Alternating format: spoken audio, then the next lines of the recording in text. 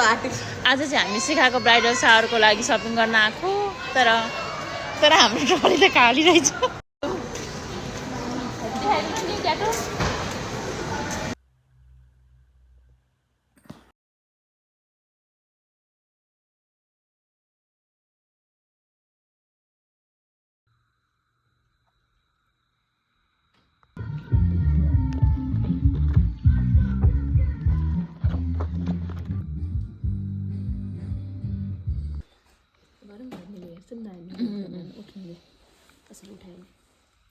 तिम्रो हो फोन।